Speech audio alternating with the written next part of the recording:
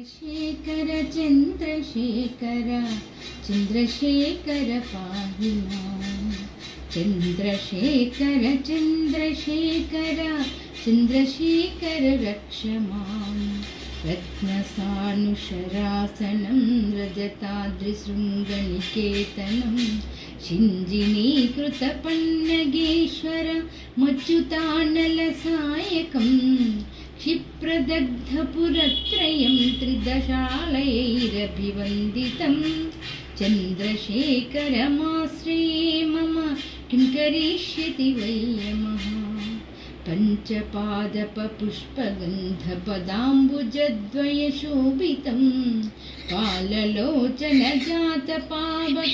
दग्धमन्मदविग्रहं भस्मदिग्धकलेवरं भवनाशनं भवमव्ययं